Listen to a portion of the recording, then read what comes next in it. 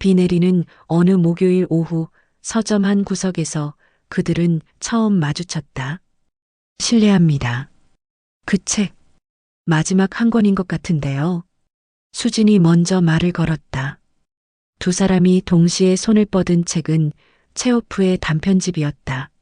낡은 표지에 작은 얼룩들이 있는, 그래서 더욱 매력적으로 보이는 책이었다. 아, 죄송합니다. 먼저 보신 것 같으니 가져가세요. 민호의 정중한 목소리에 수지는 미소를 지었다. 그의 목소리에서 교양과 온화함이 느껴졌다. 아니에요, 괜찮습니다. 사실 이 책은 제가 번역한 거예요. 정말요? 민호의 눈이 반짝였다. 그럼 번역 일을 하고 계신가요? 네, 프리랜서로 일하고 있어요. 근데 제가 번역한 책을 누군가 찾고 있다니 조금 신기하네요. 민호는 그 순간 이상한 느낌을 받았다. 마치 운명적인 만남 같은 것 말이다. 하지만 그런 것들은 소설에나 나오는 이야기라고 생각했다. 그때 갑자기 천둥 소리가 크게 울렸고 밖에 비가 더욱 세차게 내리기 시작했다. 서점 사장이 라디오를 크게 틀었다. 긴급 호우주의보가 발령되었습니다. 시민 여러분께서는 외부 활동을 자제하시고 가급적 건물 내부에서 대기하시기 바랍니다. 침수 위험 지역에서는 즉시 대피하시기 바라며 민호와 수지는 동시에 창밖을 바라봤다. 길거리는 이미 물이 차오르기 시작했고 사람들이 처마 밑에서 비를 피하고 있었다. 우산을 쓴 사람들조차 빠른 걸음으로 건물 안으로 피해 들어가고 있었다. 이런, 언제 그칠지 모르겠네요. 민호가 중얼거렸다. 정말 그러네요. 저도 급한 일은 없지만 저도 마찬가지입니다. 민호가 잠시 머뭇거리다가 조심스럽게 말을 이었다. 저기, 혹시 괜찮으시다면 이 건물 1층에 카페가 있던데 비가 그칠 때까지 잠시 차라도 마시면서 기다려보는 게 어떨까요? 그리고 번역하신 책에 대해서도 궁금한 게 좀 있어서요. 수지는 잠시 망설였다. 낯선 사람과 함께 시간을 보내는 것이 조금 어색했지만 이 남자에게서는 위험함보다는 묘한 친근감이 느껴졌다.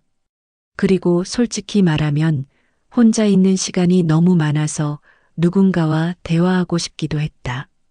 그렇게 하죠. 어차피 나갈 수도 없는 상황이니까요. 카페로 내려가는 동안 두 사람 모두 이상한 기분을 느꼈다. 단순히 비를 피하기 위한 것뿐인데 왜인지 모르게 가슴이 두근거렸다. 작은 테이블을 사이에 두고 앉은 그들 앞에 따뜻한 커피가 놓였다. 창밖으로는 여전히 빗줄기가 쏟아지고 있었고 카페 안은 은은한 재즈 선율과 커피향으로 가득했다. 번역일이 쉽지 않을 것 같은데요. 특히 문학 작품은요. 민호가 커피를 한 모금 마시며 말했다. 맞아요. 때로는 다른 사람의 말을 옮기는 것이 제 자신의 목소리를 잃게 만드는 것 같기도 해요. 수진이 창밖을 바라보며 대답했다. 10년 전 이혼하고 혼자 살면서 이 일을 시작했는데 처음엔 그저 생계를 위해서였거든요. 그런데 이제는 다른 사람의 감정을 번역하면서 제 감정도 함께 번역하고 있는 것 같아요. 민호는 수진의 솔직함에 놀랐다. 처음 만난 사람에게 이렇게 개인적인 이야기를 털어놓다니. 하지만 그 솔직함이 오히려 편안함을 주었다. 저는 대학에서 강의를 하고 있어요. 30년째요.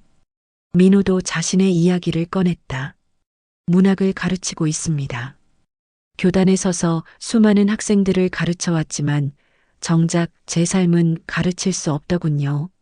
아내와는 이미 오래전에 대화가 끊어진 채 같은 집에서 다른 삶을 살고 있어요. 혹시 자녀분들은? 성인이 된 자녀들이 있지만 각자의 인생에 바빠 명절에나 얼굴을 비추는 정도죠. 아들은 미국에서 일하고 있고 딸은 결혼해서 부산에 살아요. 연락은 가끔 하지만 깊은 대화는 없어요. 수지는 고개를 끄덕였다. 외로우시겠어요. 외롭다는 걸 인정하기까지 오랜 시간이 걸렸어요. 처음엔 그냥 나이가 들어가는 거라고 생각했거든요. 모든 중년 남자들이 겪는 일이라고요. 두 사람은 서로의 외로움을 확인하며 묘한 공감대를 형성했다. 문학에 대한 열정, 인생에 대한 회의, 그리고 각자가 짊어진 무게들에 대해 이야기했다. 체오프를 좋아하시는 이유가 있나요? 수진이 물었다. 그의 작품에는 말하지 않은 것들이 더 많아요.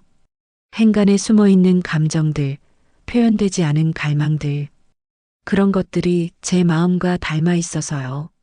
번역하면서 느낀 건데, 체오프의 인물들은 모두 무언가를 기다리고 있어요.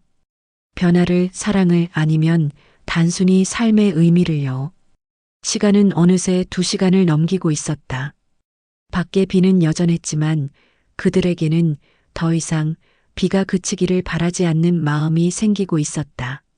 몇 주가 지나면서 카페에서의 만남이 일상이 되었다. 처음엔 우연한 재회를 가장했지만 이제는 서로 그 시간을 기다리고 있다는 것을 알고 있었다. 목요일마다 같은 시간, 같은 자리에서 그들은 만났다. 때로는 책 이야기를, 때로는 각자의 하루를, 때로는 과거의 상처들을 나누었다. 요즘 번역하고 계신 책은 뭔가요? 민호가 물었다. 프랑스 소설이에요. 사랑의 기억이라는 작품인데. 수진이 잠시 망설이다가 말했다. 불륜을 다룬 이야기예요. 민호는 커피잔을 든 손이 잠깐 멈췄다. 어떤 이야기인가요? 중년의 남자와 젊은 여자의 이야기예요. 서로 다른 세계에 살던 사람들이 우연히 만나서 금지된 사랑에 빠지는 이야기죠. 번역하기 어렵지 않나요? 그런 감정들을. 처음엔 그랬어요. 이해할 수 없었거든요. 왜 사람들이 위험을 무릅쓰고 그런 선택을 하는지요. 그런데 수진이 민호의 눈을 바라봤다. 요즘엔 조금 이해가 되는 것 같아요. 그 순간 둘 사이에 묘한 긴장감이 흘렀다. 둘 다 무슨 말을 하고 있는지 알고 있었다. 수진 씨, 민호가 조심스럽게 말을 꺼냈다. 네, 저는 당신과 이렇게 시간을 보내는 것이 즐거워요. 하지만 동시에 죄책감도 느끼고 있어요. 수진의 마음도 복잡했다. 저도 마찬가지예요. 이런 감정을 느끼는 제 자신이 낯설어요. 우리가 지금 하고 있는 게 무엇인지 알고 있나요? 모르고 싶지 않아요. 수진이 솔직하게 대답했다. 하지만 멈추고 싶지도 않아요. 그들은 서로를 바라보며 조용히 앉아 있었다. 카페 안에 다른 손님들, 계속 내리는 비, 흘러나오는 음악. 모든 것이 그들만의 세계 밖에 있는 것처럼 느껴졌다. 아내와는 이미 오래전에 끝났어요. 하지만 관습과 체면 때문에 함께 살고 있을 뿐이에요. 민호의 솔직한 고백에 수지는 가슴이 철렁했다. 이미 자신도 이 남자에게 끌리고 있음을 느꼈기 때문이다. 전 이혼 후 다시는 누군가를 사랑하지 않으리라 다짐했어요. 상처받는 게 두려워서요. 하지만 지금은 혼란스러워요. 그날 밤 각자의 집에서 그들은 잠들지 못했다. 죄책감과 그리움이 뒤섞인 복잡한 감정에 시달렸다. 하지만 동시에 오랫동안 잊고 있던 설렘도 느끼고 있었다. 한 달 후 수진의 작업실에서 그들은 처음으로 서로를 안았다. 그날 오후 창밖으로 내리는 가을비가 유리창을 두드리고 있었다. 작업실은 따뜻한 조명 아래 고요했고 책들과 원고지들이 그들만의 은밀한 공간을 만들어주고 있었다. 이러면 안 되는 걸 알아요. 수진이 떨리는 목소리로 말했다. 그녀의 눈에는 두려움과 갈망이 동시에 어려 있었다. 저도 알고 있어요. 하지만 멈출 수가 없네요. 민호의 두 손이 조심스럽게 수진의 얼굴을 감쌌다. 그의 손끝이 그녀의 뺨을 어루만질 때 수십 년간 잊고 있던 감정들이 물밀듯이 밀려왔다. 당신을 처음 봤을 때부터 뭔가 다르다는 걸 느꼈어요. 민호가 속삭였다. 그의 목소리는 쉰 듯 하면서도 간절했다. 수지는 눈을 감았다. 그의 손길에서 전해지는 온기가 온몸으로 퍼져갔다. 저도 그랬어요. 그들의 첫 키스는 조심스러웠다.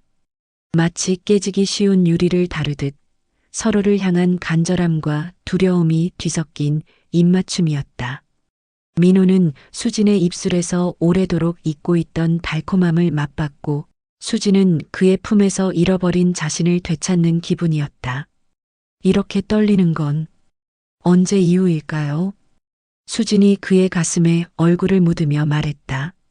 그의 심장 박동이 그녀의 뺨에 전해져 왔다. 규칙적이면서도 빨라진 그 리듬이 마치 그들만의 은밀한 언어처럼 느껴졌다. 저도 마찬가지예요. 마치 20살 청년이 된 것 같아요. 민호의 손이 그녀의 머리카락을 쓰다듬었다. 부드러운 손끝이 그녀의 목덜미를 스치자 수지는 작은 전율을 느꼈다. 그의 손길 하나하나가 마치 오래 기다린 약속을 지키는 것 같았다.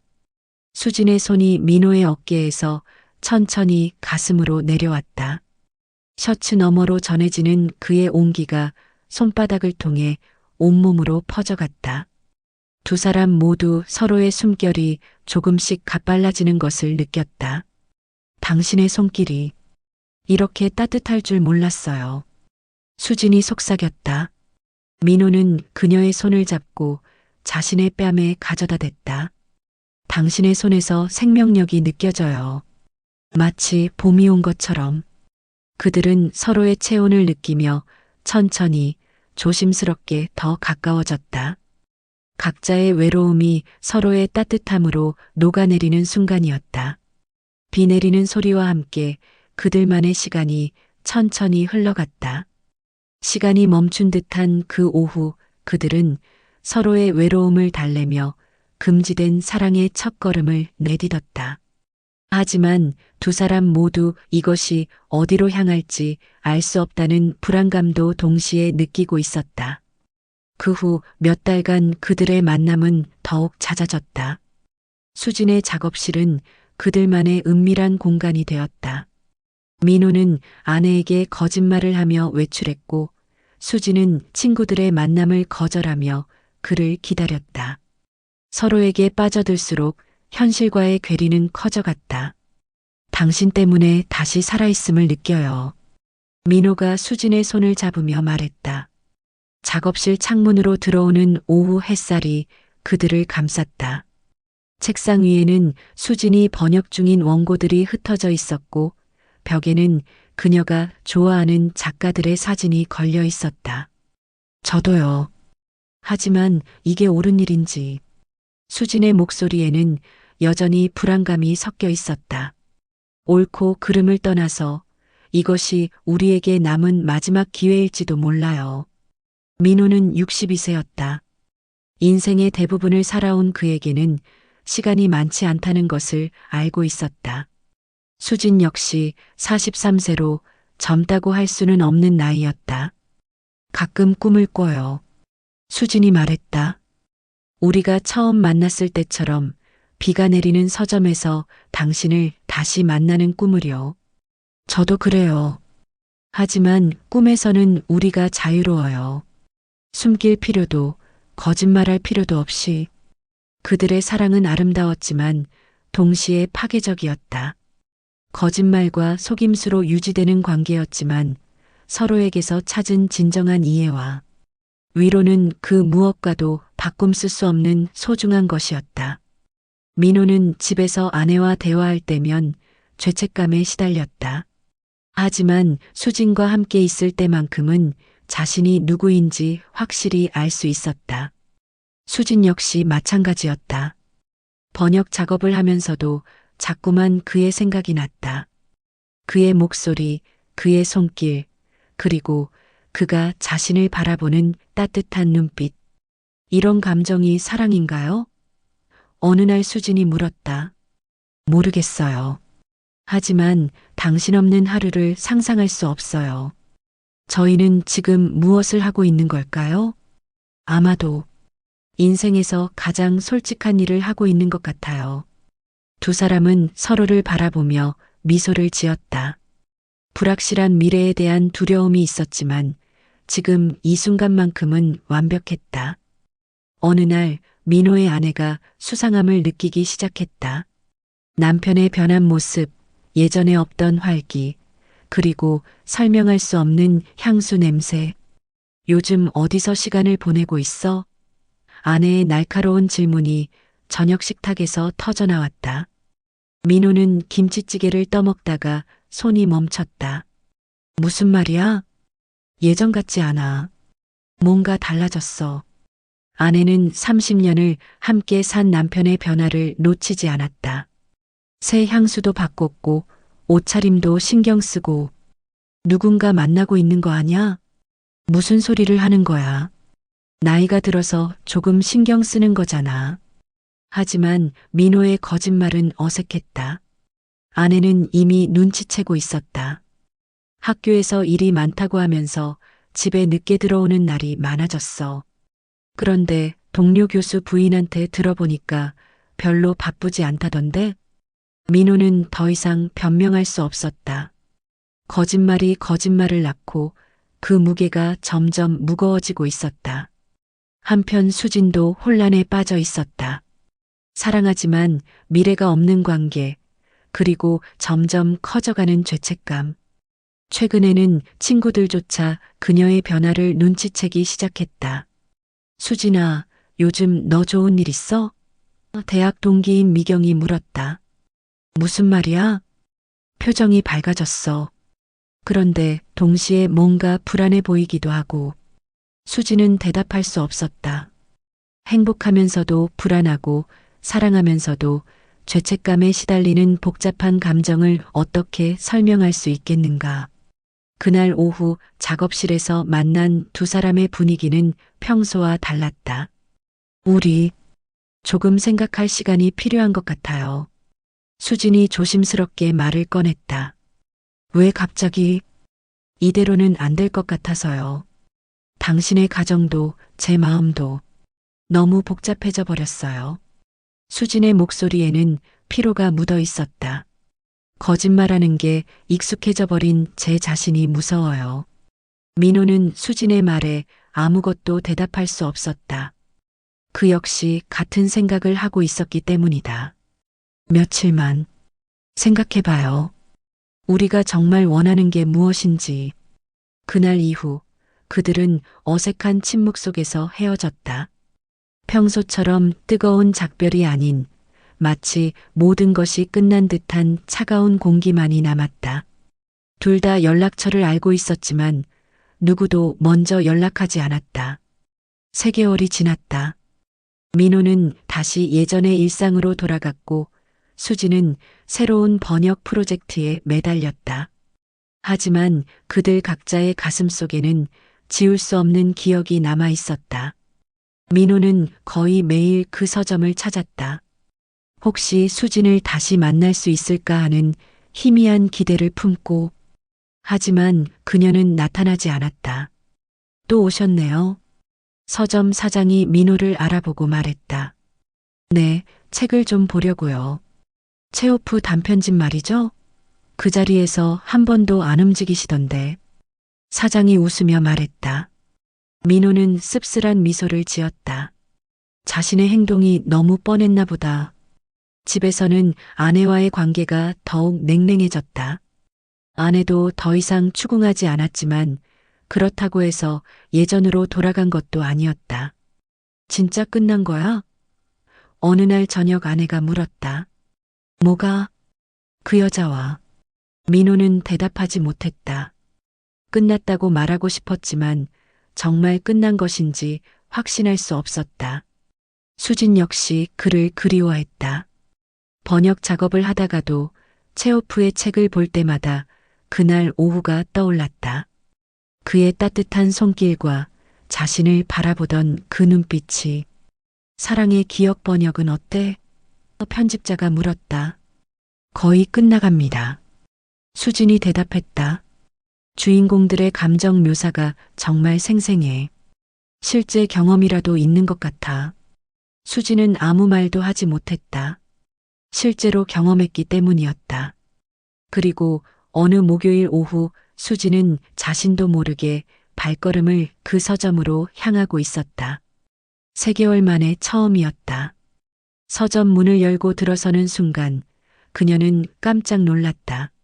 저 뒤편 체오프 단편집이 꽂혀 있던 그 자리에 민호가 서 있었다. 수진 씨, 민호 씨, 3개월 만에 재회였다. 두 사람 모두 말문이 막혔다. 민호는 여전히 그 자리에 서서 같은 책을 보고 있었고 수진은 그런 그의 모습에 가슴이 아팠다. 여기 자주 오세요? 수진이 먼저 말을 꺼냈다. 사실 거의 매일 왔어요. 혹시 민호가 머뭇거렸다. 혹시 당신을 만날 수 있을까 해서요. 수진의 가슴이 뛰기 시작했다. 그가 자신을 기다렸다는 사실이 가슴을 아프게 했다. 저도 당신 생각이 많이 났어요. 수진의 목소리는 떨리고 있었다. 정말요? 네. 번역하다가도 커피 마실 때도 비가 올 때마다 계속 생각났어요. 둘은 서로를 바라보며 서 있었다. 3개월이라는 시간이 무색할 정도로 그들 사이의 감정은 여전히 살아 있었다. 저기 카페에서 이야기할까요? 민호가 제안했다. 수지는 고개를 끄덕였다. 그날 그들은 다시 그 카페에 앉았다. 같은 자리, 같은 메뉴. 하지만 3개월간의 공백을 메우려는 듯 쏟아내는 이야기들은 예전보다 더욱 절실했다. 이 시간이 얼마나 힘들었는지 몰라요. 민호가 말했다. 저도요. 당신 없는 목요일이 이렇게 길 줄 몰랐어요. 그럼 우리 다시. 네. 수진이 단호하게 대답했다. 이번엔 다르게 해봐요. 더 조심스럽게, 더 현명하게. 하지만 둘 다 알고 있었다. 사랑의 조심스러움이나 현명함 같은 건 있을 수 없다는 것을. 그럼에도 불구하고 그들은 다시 시작하기로 했다. 서로 없이는 살 수 없다는 것을 깨달았기 때문이었다. 1년이 더 지났다. 이번에는 그들이 더 신중했지만 감정은 예전보다 더욱 깊어졌다. 민호는 더 이상 거짓말로 살아갈 수 없다고 결심했다. 이혼하고 싶어. 어느 날 저녁 민호가 아내에게 말했다. 아내는 놀라지 않았다. 이미 모든 것을 알고 있었고 이 순간이 올 것을 예상하고 있었기 때문이다. 그 여자 때문이야? 미안해. 하지만 나는 이제 다른 사람이 되었어. 예전의 내가 아니야. 민호의 목소리에는 확신이 들어 있었다. 30년을 함께 살았는데 그 30년이 행복했다고 할 수 있을까? 민호가 조심스럽게 물었다. 우리 언제부터 대화를 멈췄지? 언제부터 서로를 바라보는 걸 멈췄지? 아내는 오랫동안 침묵했다. 그리고 남편의 변화된 모습을 바라봤다. 오랫동안 잃어버렸던 활기, 그리고 살아있음을 증명하는 그 눈빛. 그녀도 알고 있었다. 이 남자가 자신 때문에 이렇게 변한 게 아니라는 것을. 그 사람을 사랑해? 민호가 솔직하게 대답했다. 나보다? 다른 종류의 사랑이야. 비교할 수 있는 게 아니야. 아내는 쓸쓸한 미소를 지었다. 알겠어. 당신이 그렇게 달라질 수 있다면 그 자리에 그 사람이 있어야 하는 것 같네. 정말 미안해.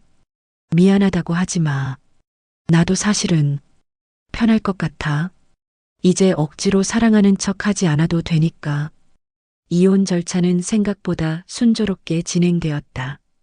재산 분할도 합리적으로 이루어졌고 성인이 된 자녀들도 아버지의 결정을 존중해 주었다. 물론 처음엔 충격을 받았지만 아버지가 오랫동안 불행했다는 것을 그들도 알고 있었다. 아빠, 행복하세요.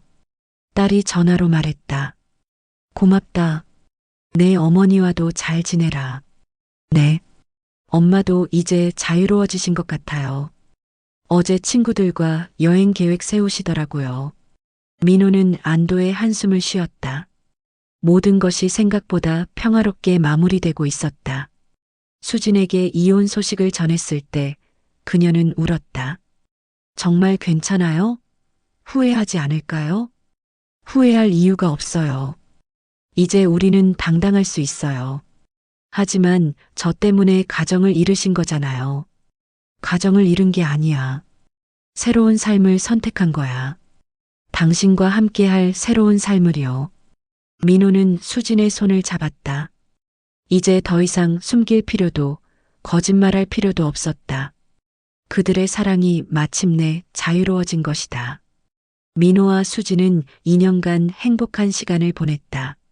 민호는 작은 아파트로 이사했고 수진과 공식적으로 동거를 시작했다. 합법적인 관계가 되자 모든 것이 자연스러워졌다. 더 이상 숨길 필요도 죄책감을 느낄 필요도 없었다. 하지만 시간이 흐르면서 묘한 변화가 일어났다. 왜 이렇게 심심하죠? 수진이 어느 날 소파에 앉아 말했다. 저도 그런 생각을 했어요. 뭔가 예전 같지 않아요. 민호가 신문을 내려놓으며 대답했다. 예전엔 당신을 만나러 가는 길에 가슴이 뛰었는데 이제는 그냥 일상이 되어버렸네요. 그들이 깨달은 것은 충격적이었다. 금지된 사랑이기에 더욱 치열하고 간절했던 것이다. 몰래 만나야 하는 스릴, 언제 끝날지 모르는 불안감, 그 모든 것들이 사랑을 더욱 강렬하게 만들었던 것이다. 우리 일상적인 커플이 되어버린 것 같아요. 민호가 쓸쓸하게 말했다. 맞아요. 예전에는 3시간을 이야기해도 모자랐는데 이제는 30분만 이야기해도 할 말이 없어져요. 그리고 또 다른 변화가 시작되었다. 수지는 번역일로 만난 젊은 소설가에게 관심을 느꼈고 민호는 새로 부임한 동료 교수에게 마음이 끌렸다. 우리 이상하지 않나요? 수진이 민호에게 털어놓았다. 다른 사람에게 마음이 끌린다는 게 저도 그래요. 그런데 이상한 건 죄책감이 들지 않는다는 거예요. 저도요. 오히려 이런 감정이 자연스럽게 느껴져요. 그들이 깨달은 것은 자신들이 평범한 사랑이 아닌 금지된 것에 대한 갈망 자체를 사랑하게 되었다는 것이었다. 안정된 관계보다는 위험하고 예측할 수 없는 감정에 중독되어 있었던 것이다. 아마도 우리는 민호가 조심스럽게 말을 꺼냈다. 서로를 사랑한 게 아니라 금지된 상황을 사랑했던 것 같아요. 맞는 것 같아요. 지금 생각해 보니까 가장 행복했던 순간들이 모두 몰래 만났을 때였어요. 위험할수록 더 간절했고 불안할수록 더 사랑한다고 느꼈죠. 두 사람은 서로를 바라보며 씁쓸한 미소를 지었다. 진실을 깨달은 순간이었다. 결국 그들은 서로를 이해하며 헤어졌다. 사랑했지만 그들이 진정 사랑한 것은 서로가 아닌 금지된 감정 그 자체였다는 것을 깨달았기 때문이다. 후회하지 않아요. 수진이 마지막 만남에서 말했다. 저도요. 당신 덕분에 제가 어떤 사람인지 알게 되었어요. 우리는 평범하게 살 수 없는 사람들인가 봐요. 아마도요. 하지만 그것도 하나의 삶의 방식이겠죠. 몇 년 후 가끔 같은 서점에서 마주칠 때가 있다.